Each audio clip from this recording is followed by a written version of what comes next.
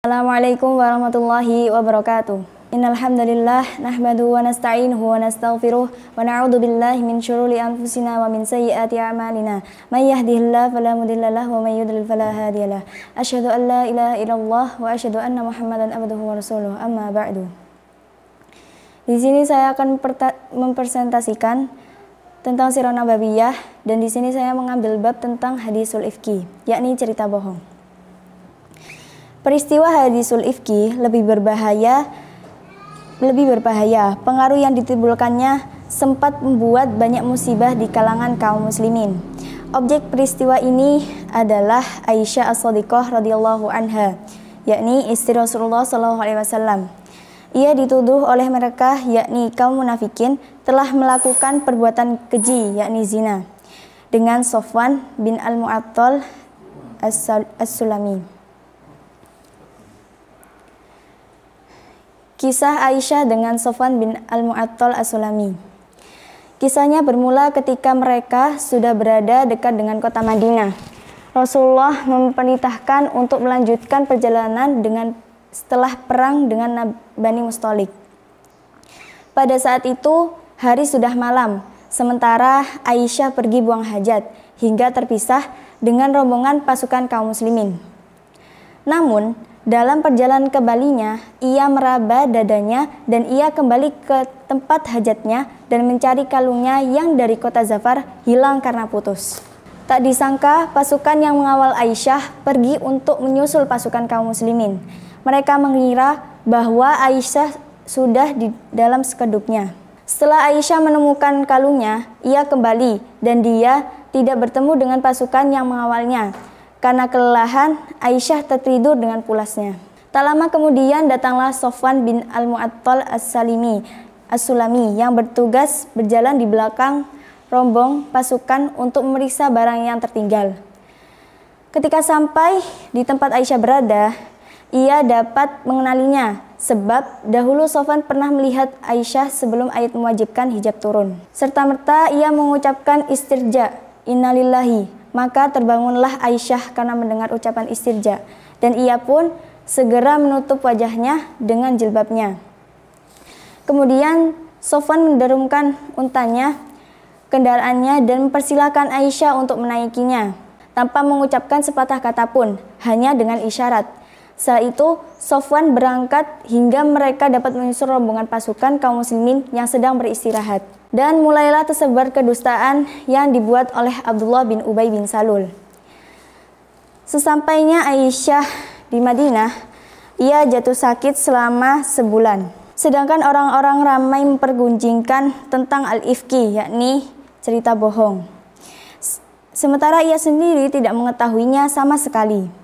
Sebelumnya Rasulullah bersikap lemah lembut terhadap Aisyah ketika sakitnya. Akan tetapi Rasulullah hanya melewati depan pintu Aisyah dan perkataan yang diucapkan tidak lebih daripada perkataan, "Bagaimana keadaanmu?" Sikap ini membuat hati Aisyah semakin gelisah. Setelah agak ringan sakitnya, Aisyah keluar bersama Mistah bin Usasah.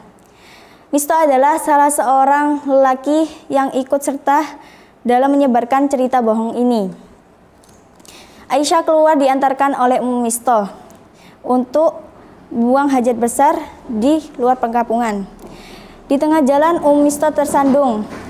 Lalu ia memaki, "Celakalah Mistah," anak lelakinya. Aisyah pun bertanya, "Alangkah buruknya ucapanmu tadi.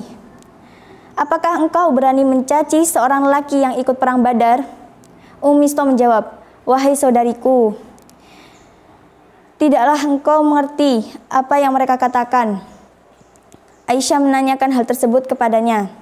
Lalu ia menceritakan semuanya sehingga membuat sakit Aisyah semakin bertambah parah.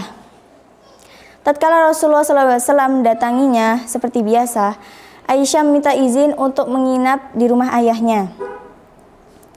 Sesampainya Aisyah di rumahnya, ia menanyakan tentang orang-orang yang mempergunjing dia. Ibu Aisyah berkata, "Wahai anakku, bersabarlah. Demi Allah, jarang sekali wanita yang menjadi istri seorang lelaki yang mempunyai banyak istri, kemudian ia sangat mencintainya. yang tidak banyak dibicarakan orang. Aisyah berkata, Maha suci Allah, apa benar orang-orang memang membicarakan hal ini? Lalu ia pun menangis sepanjang malam hingga kering air matanya dan tidak bisa tidur sekejap pun. Pada masa-masa tersebut, Rasulullah bermusyawarah dengan keluarga beliau yang terpandang tentang apa yang harus beliau lakukan dalam menghadapi masalah ini. Usama bin Zaid yang merasa yakin akan kesucian dan kebersihan dari Aisyah, ia berkata kepada Rasulullah, pertahankan istri baginda, pertahankan istri baginda. Padanya kami hanya mengetahui kebaikan belaka. Lain halnya dengan Ali bin Abi Thalib. Ia mengatakan, Allah tidak mempersempit dirimu. Wanita selain dia masih banyak. Tanyakanlah kepada sahaya perempuannya. Hamba saya perempuan milik Aisyah. Lalu bertanya kepadanya, apakah engkau melihat sesuatu yang meragukan terhadap dirinya? Barirah menjawab, demi zat yang telah mengutusmu dengan membawa kebenaran, aku belum pernah melihatnya melakukan sesuatu pun. Kemudian aku memejamkan mata daripadanya. Hanya saja ia Aisyah adalah gadis yang masih remaja. Ia tertidur melupakan rotinya. Lalu datanglah burung yang kemudian langsung memakan rotinya. Pada hari itu Rasulullah SAW berdiri lalu naik ke mimbar sementara kaum muslimin sedang berkumpul. Kemudian Rasulullah berkhutbah kepada mereka, siapa yang memaafkan aku terkait seorang laki-laki yang telah menyakiti istriku? Demi Allah, yang aku ketahui istriku adalah orang yang baik. Namun orang-orang menyebut orang lelaki yang aku ketahui dirinya orang yang baik. Tak pernah ia menemui istriku kecuali bersamaku. Sa'ad bin Mu'adz berkata, akulah yang maafkan engkau daripadanya. Apabila ternyata ia dari kabilah Aus, yakni kabilahnya sendiri, pasti aku penggal kepalanya. Namun apabila ternyata ia adalah dari saudara-saudara kami, yakni dari kabilah Khazraj, lalu engkau memerintahkan kami untuk menghukumnya, niscaya akan kami laksanakan perintahmu itu. Saat itu juga berdirilah Sa'ad bin Ubadah dari Khazraj, lalu berkata, engkau dusta, demi Allah, engkau pasti tidak akan membunuh dan tidak akan mampu membunuhnya.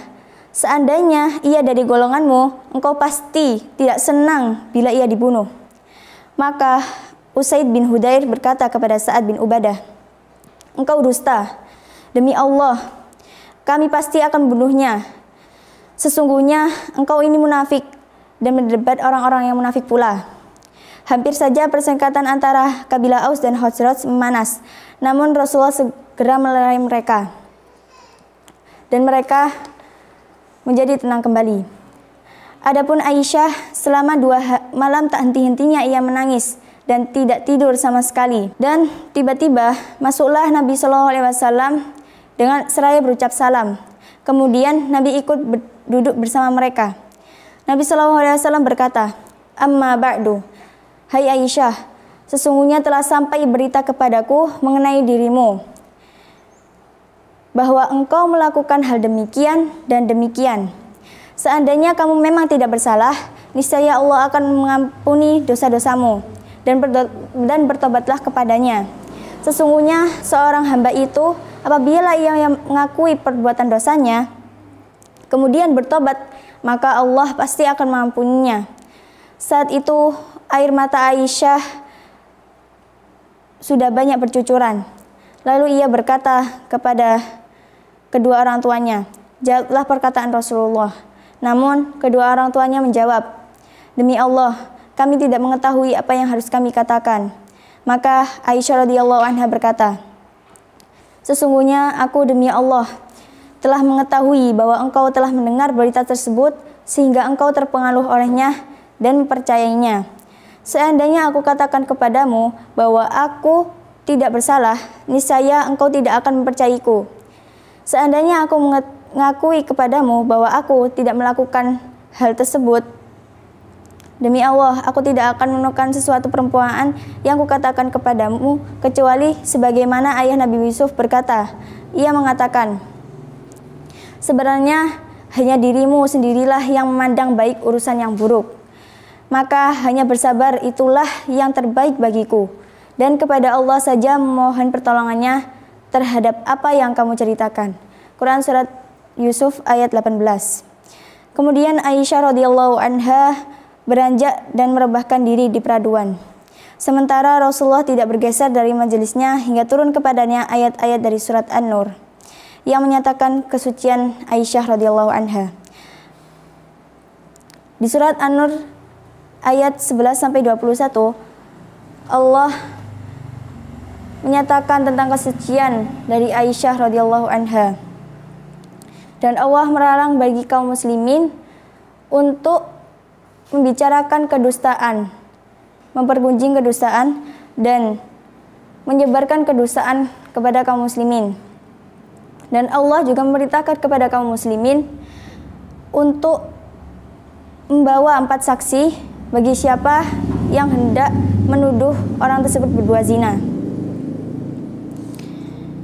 Turunnya wahyu ini membuat Rasulullah sangat senang. Beliau tertawa dengan wajah yang berseri-seri. Lalu beliau langsung mengabari Aisyah tentang kesuciannya. Maka Aisyah pun ditegur oleh ibunya.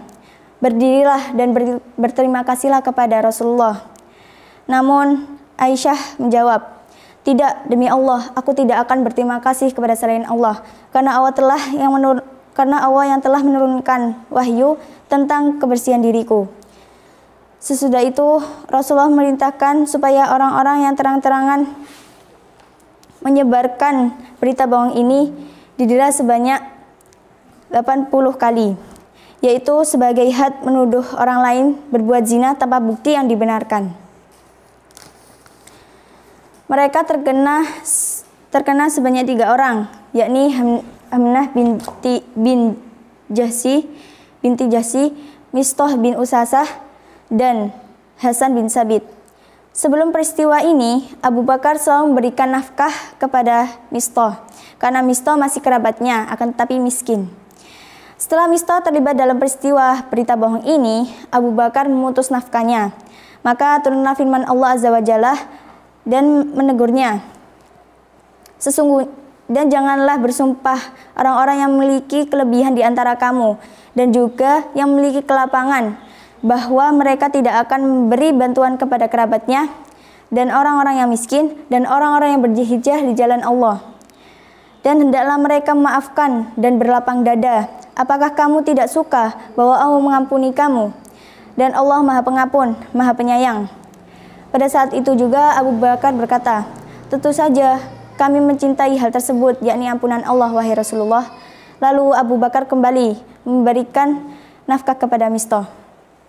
Wallahu a'lam bishawab. Sekian dari presentasi saya. Insya Allah bermanfaat bagi kita semua. Wala khairul kalam. Wassalamualaikum warahmatullahi wabarakatuh.